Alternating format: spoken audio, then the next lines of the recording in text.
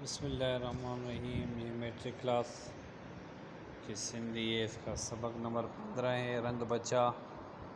आइए इसको पढ़ते हैं उर्दू मीनिंग के साथ। रंद बचा यानी कि खाना पकाना।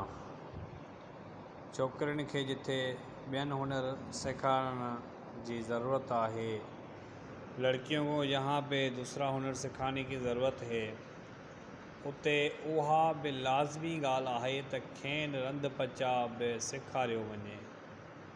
वहाँ पे वो भी लाज़मी बात है कि उनको खाना पकाना भी सिखाया जाए।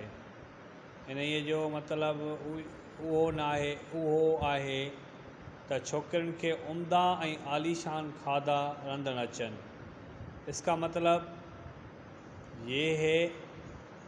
ये नहीं कि लड़कियों को उम्दा और आलीशान खाने बनाने आए, पर सुठी रंद बचा करण वारी सुठी छोकरी उहा आहे, लेकिन अच्छा खाना पकाने वाली अच्छी लड़की वो है जंहिंमें ही 3 ख़ासियतूं हुजनि, जिसमें ये 3 निशानियाँ हो।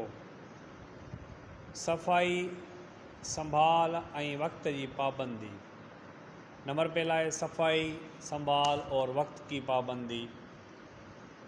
खाधे खां पहिरियां ज़रूरी ॻाल्हि आहे त सफ़ाई आहे। खाधे से पहले ज़रूरी बात सफ़ाई है। जेकॾहिं रंधिणो गंदो हूंदो ऐं खाधे जा थाम मेरा हूंदा त खाधे खाइण वारे खे किरहत ईंदी। जब बोर्ची खाना गंदा हो और खाने के बर्तन मैले हो, खाना खाने वाले को किरहत आएगी। रंधिणो हमेशा भरियल अच्छो उजरो हुजे। बोर्ची खाना हमेशा साफ़ सुथरा हो। तंहिंखां पोइ उहो भी ध्यान में रखिजे। उसके बाद ये भी जहन में रखना चाहिए कि रंधिणे के महीने में 2 खां पोइ लेपो ज़रूर ॾिजे। बोर्ची खाने को 2 माह में लेपा ज़रूर देना चाहिए। रंद बचा ऐं खाधे पीते जे थांवनि के छार सां मिली साफ़ कजे। खाने पीने के बर्तनों को राख के साथ मिल के साफ़ कीजिए। छार में सब या सणभ या मेरान जज़ब थी वञनि था। राख में सणभ और मेरान जज़ब हो जाती है। पोइ साफ़ पानी से उन्हें के धोई, फिर साफ़ पानी से उनको धो के खुश्क करे साफ़ कपड़े से उगण घुर्जे। उसके बाद साफ़ कपड़े के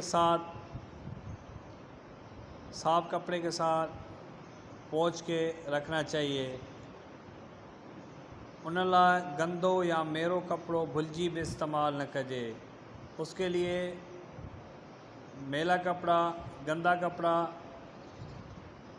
बे भूल के भी इस्तेमाल नहीं करना चाहिए त थाम मिलण ऐं धोने की मेहनत अजाई थी वेंदी। बर्तन साफ़ करने की और धोने की मेहनत ज़ाया हो जाएगी ऐं उन्हनि ते वरी मेरान लगी वेंदी। उन पे फिर मेरान लग जाएगी, यानी कि दोबारा मेले हो जाएंगे। रंद बचा ऐं खाधे खाराइण वक़्तु थांवनि के ॿीहर साफ़ कपड़े से उगण घुर्जे। खाना खाने वक्त बर्तनों को दोबारा साफ़ कपड़े के साथ साफ़ करना चाहिए ऐं हथन के भी धोवण घुर्जे और हाथों को भी धोना चाहिए। छो जो मट्टी ऐं धूड़ थांवन ऐं हथन ते लगंदी रहे थी, क्योंकि मट्टी और धूड़ बर्तनों को लगती रहती है, जंहिंखे खाधे जी शयुनि में मिलण न ॾिजे, जिनको खाने की चीज़ों में मिलना नहीं चाहिए।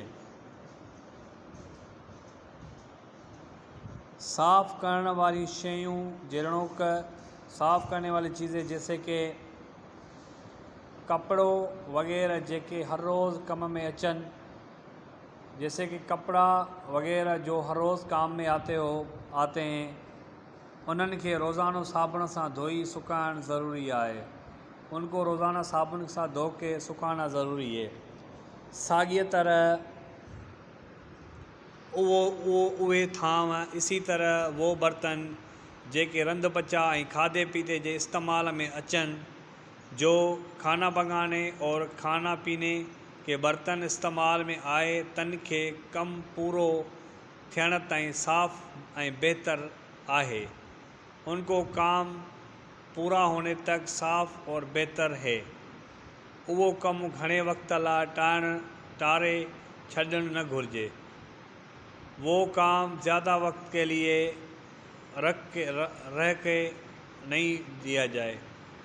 इएं करण सां थांव जे किले या चमक घणो वक़्तु चटा करे थी ऐं उन जे सफ़ाई ऐं रौनक हर वक्त कायम रहे थी।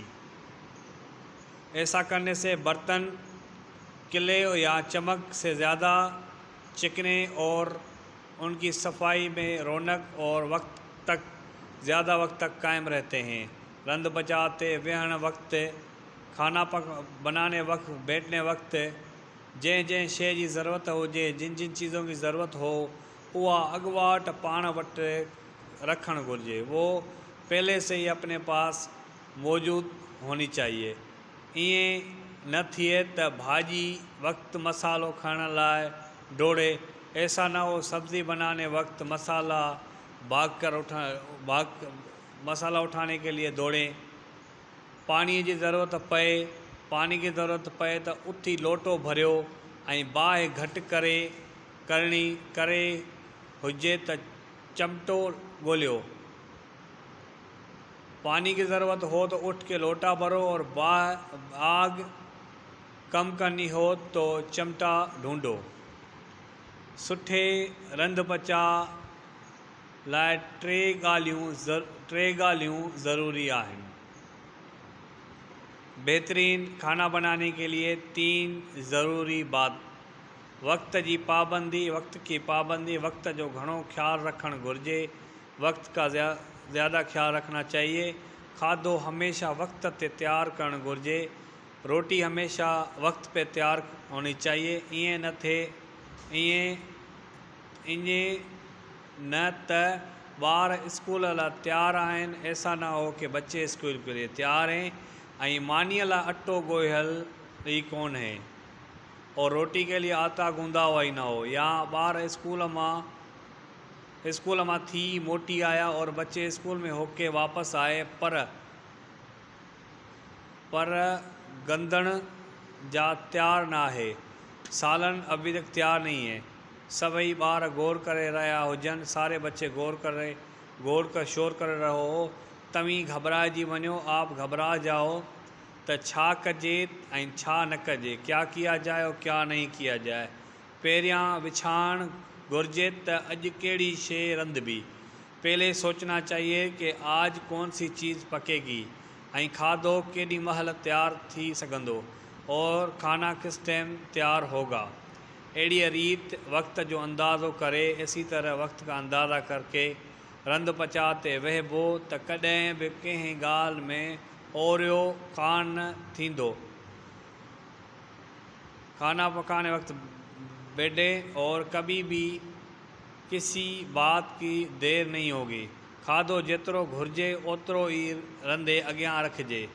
खाना जितनी ज़रूरत है उतना ही बना के आगे रखें। खाधो थोड़ो हूंदो त तव्हांखे परेशानी थियणो पवंदो। खाना कम होगा तो आपको परेशान होना पड़ेगा। वधीक हूंदो त ज़्यादा होता तो ज़ाया थी वेंदो, ज़ाया हो जाएगा। लूणु मिर्च ऐं घीअ जो बि पूरो अंदाज़ो हुजे। लूणु, नमक और मिर्च घी का बि पूरा अंदाज़ा हो, उन्हनि मां का बि शइ वधीक या घटि हूंदी त खाधो बेमज़े थी वेंदो। उनमें से कोई चीज़ भी कम होगी तो खाना कम बेमज़े हो जाएगा। इसकी विकेप पढ़ते हैं। सबसे पहले रंद बचा की मीनिंग होगी खाना खाना, छोकरियों की मीनिंग होगी लड़कियां, जिते की मीनिंग होगी जहाँ पे, बिनिन की मीनिंग होगी दूसरे, हुनर की मीनिंग होगी हुनर, सिखाने की मीनिंग होगी सिखाना, उते की मीनिंग होगी वहाँ पे, उआ की मीनिंग होगी ये, खेन उनको, सिखार कर सिखाना, वनी जाया, उम्दा उम्दा, खादा खादे, सुठे की मीनिंग होगी अच्छी, वारों की मीनिंग होगी वाली, खासियत की मीनिंग होगी खुसूसियात, संभाल की मीनिंग होगी देखभाल, खादे की मीनिंग होगी खाना। पहले की मीनिंग होगी पहरिया, गाल की मीनिंग होगी बात, रंध्रों की मीनिंग होगी बोरची खाना या किचन, थाम की मीनिंग होगी बर्तन, मेरा की मीनिंग होगी मेले, हुंदों की मीनिंग होगी होंगे, सागी की मीनिंग होगी उसी, अचन था आते हैं, तिन खे उनको, छड़न छोड़ना, चना की मीनिंग होगी कायम, और रौनक की मीनिंग होगी खूबसूरती, वेहण की मीनिंग होगी बैठना, जह की मीनिंग होगी जिस, अगवाट की मीनिंग होगी पहले से ही, ड्रोड़ की मीनिंग होगी दौड़ना, उठी की मीनिंग होगी उठ करना, भेरों की मीनिंग होगी भेरो, आग की मीनिंग होगी, बाग की मीनिंग होगी आग, घट की मीनिंग होगी कम।